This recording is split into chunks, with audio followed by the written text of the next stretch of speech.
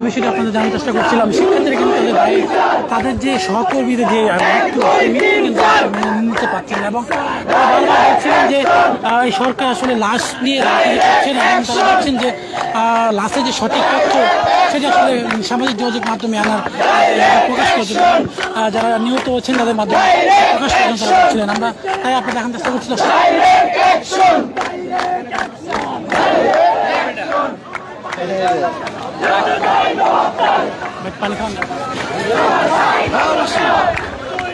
দর্শক, যে বিষয়টি আপনাদের দেখার চেষ্টা করছিলাম,